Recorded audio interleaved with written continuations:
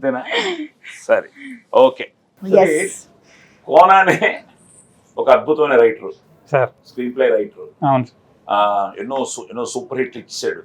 అవును ఆయన కథ చెప్పి ఒప్పించడం చాలా కష్టం సార్. సో అసలు ఎలా మొదలైంది ఈ ప్రస్థానం? సార్ నేను చాలా మందికి ఈ స్టోరీస్ చెప్పాను. అసలు బేసిక్ గా నువ్వేంటి సతీష్ బాబు దగ్గర చేసావా? ఎక్కడ వర్క్ చేయలేదు సార్. అంటే అంటే చేయకుండా ఎలా నీకు షార్ట్ ఫిల్మ్స్ అయినా?